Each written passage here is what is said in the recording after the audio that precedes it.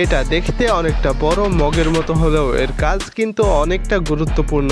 উদ্ধার অভিযানে দড়ি বা কেবল ছোড়ার জন্য এটি ব্যবহার করা হয়, যাকে বলা হয় লাইন থ্রোয়ার। আপনি স্ক্রিনে যে মডেলটি দেখছেন তা 4 মিলিমিটার, পুরো রশি 300 মিটার পর্যন্ত ছুড়ে দিতে পারে। প্রজেক্টাইল ছোড়ার পর যে ধোঁয়ার রেখা পড়ে তা থেকে বোঝা যায় শটটা কতটা সঠিক ছিল। এটি এক হাতে ব্যবহারযোগ্য এবং খুব সহজেই একজন লোক চালাতে পারে, মানে একজন ডুবন্ত ব্যক্তির জন্য এটি হতে পারে ইনস্ট্যান্ট সলিউশন। পাহাড় বা জঙ্গলে অ্যাডভেঞ্চারে গিয়ে যদি কেউ হারিয়ে যায় তাহলে উদ্ধারকারীরা নিয়ে আসে রিকো সিস্টেম। এই ডিভাইসটি হেলিকপ্টারে বসানো হয় মাত্র 6 মিনিটেই। 1 বর্গ কিলোমিটার এলাকা স্ক্যান করে ফেলতে পারে। এর কাজ হলো বিশেষ ধরনের রিফ্লেক্ট শনাক্ত করা, যা অ্যাডভেঞ্চারে যাওয়ার জামাকাপড় বা ব্যাগে লাগানো থাকে। 200-রও বেশি নামী কোম্পানি ফ্যাক্টরি থেকেই এই প্রযুক্তি যুক্ত করে দেয়। আরেকটি চমকপ্রদ আবিষ্কার হলো ফাইন্ডার সিস্টেম। এই ডিভাইসটি রাডার দিয়ে কাজ করে এবং ধ্বংসস্তূপের নিচে আটকে পড়া মানুষের হৃদস্পন্দন পর্যন্ত শনাক্ত করতে পারে। নাসা এর জেট প্রপালশন ল্যাবরেটরির বিজ্ঞানীরাও এর উন্নয়নে কাজ করেছেন। এমনকি ফাইন্ডার 6 মিটার পুরো কংক্রিটের নিচে থাকা মানুষকেও খুঁজে বের করতে পারে। নেপালের ভয়াবহ ভূমিকম্পের পর 2টি ফাইন্ডার প্রোটোটাইপ উদ্ধার কাজে দারুণভাবে সাহায্য করেছিল।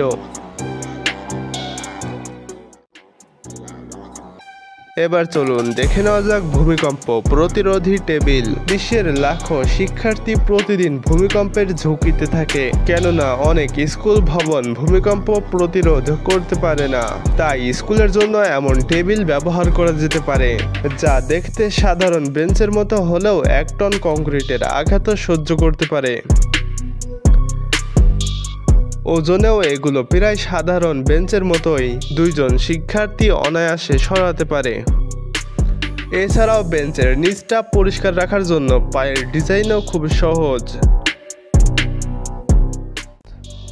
মার্ক 1 নাম শুনে যদি আপনি আয়রন ম্যানের কথা ভাবেন তাহলে জানিয়ে রাখি, এটি দমকল বাহিনীর জন্য একটি শক্তিশালী পানির পাম্প।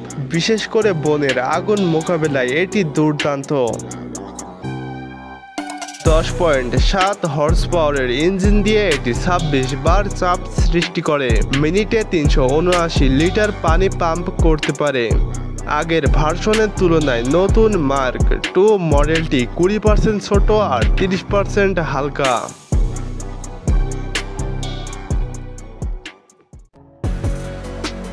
আগুন লাগা, গ্যাস লিক বা অন্যান্য জরুরি অবস্থায় লোকজন পালাতে গিয়েই আটকে পড়ে। এই সমস্যার সমাধানেই তৈরি হয়েছে স্লাইড টু সেফটি। মাত্র 6 সেকেন্ডে অ্যাক্টিভ হয়ে যায় এই স্লাইড, আর প্রতি মিনিটে 30 জন মানুষকে নিচে নামিয়ে নিরাপদে সরিয়ে নিতে পারে এবং 4 তলা কিংবা এর নিচে যে কোনো ভবনেই এটি লাগানো যেতে পারে। হ্যাঁ, এটি যে কোনো সহজলভ্য জানালার নিচে ইনস্টল করা যায়। জল দুর্যোগে ডুবে যাওয়া রোধে এক অভিনব যন্ত্র অ্যান্টিটানিক। মাত্র 2 মিনিটেই খুলে যায় এটি। দেখতে অনেকটা 30 স্কয়ার মিটার আয়তনের ওয়াফল প্যাটার্নের মতো অনেকগুলো মানুষকে একসাথে ভেসে থাকতে সাহায্য করে। লাইটন অ্যাওয়ার্ড ডিজাইন প্রতিযোগিতায় এটি জয়ী হয়েছিল। আবার এর কিছু ভার্সনে 100 জন পর্যন্ত মানুষ থাকতে পারে, আর সাধারণ লাইফ রাফটগুলোতেও 50 জন পর্যন্ত থাকতে পারে। সরাসরি স্কটময় জাহাজ বা নৌকার জন্য আদর্শ। হ্যাঁ, গোটা পৃথিবী ডুবে গেলেও আপনি ডুববেন না।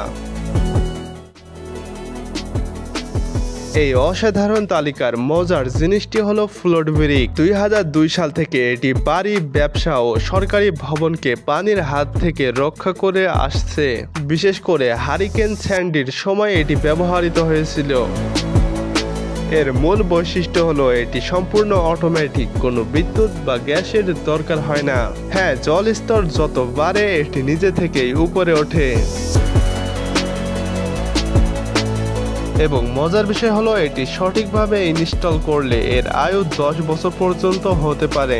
উচ্চতা এবং প্রস্থ ঠিক করা হয় ক্রেতার বাজেট অনুযায়ী। 2005 সালে সুইজারল্যান্ডে প্রচণ্ড বৃষ্টির কারণে ট্র্যাক ব্যাক নদীতে পাথর ও কাদার ভয়াবহ ঢল নেমে এসেছিল। ফলে রাস্তাঘাট, ভবন এমনকি রেল লাইন পর্যন্ত ক্ষতিগ্রস্ত হয়েছিল। এই ধরনের বিপর্যয় এড়াতে বিশেষজ্ঞরা জলের ব্যারিয়ার বসান। মাত্র 3টি অংশ 12,000 ঘনমিটার পর্যন্ত পাথর আটকাতে পারে। পুরো সিস্টেমটি 52 মিটার পর্যন্ত এলাকা কভার করতে পারে। এটি জিওব্রুজের অসংখ্য প্রকল্পের একটিমাত্র উদাহরণ। এরা তো তৈরি করে ফেলেছে কাস্টমাইজড বন্যা প্রতিরোধী ব্যবস্থা। এটিএম থেকে শুরু করে কাচের ভবন পর্যন্ত সবকিছু রক্ষা করার জন্য FRA ব্যবহার করে মেরিন গ্রেড উৎপাদনে তৈরি প্যানেল, যা তাদের প্রতিযোগীদের তুলনায় প্রতি স্কয়ার মিটার ওজনে অনেক হালকা, প্রায় 25 কেজি। এটির ডিজাইন থেকে প্রোডাকশন পর্যন্ত মাত্র 4 সপ্তাহ সময় লাগে। জানলে অবাক হবেন এই প্যানেলগুলো ঝড় ও শিলাবৃষ্টির প্রতিরোধ ক্ষমতাও রাখে। এইরকম আরও ইন্টারেস্টিং ভিডিও দেখতে সাবস্ক্রাইব করুন। দেখা হবে পরবর্তী কোনো ভিডিওতে।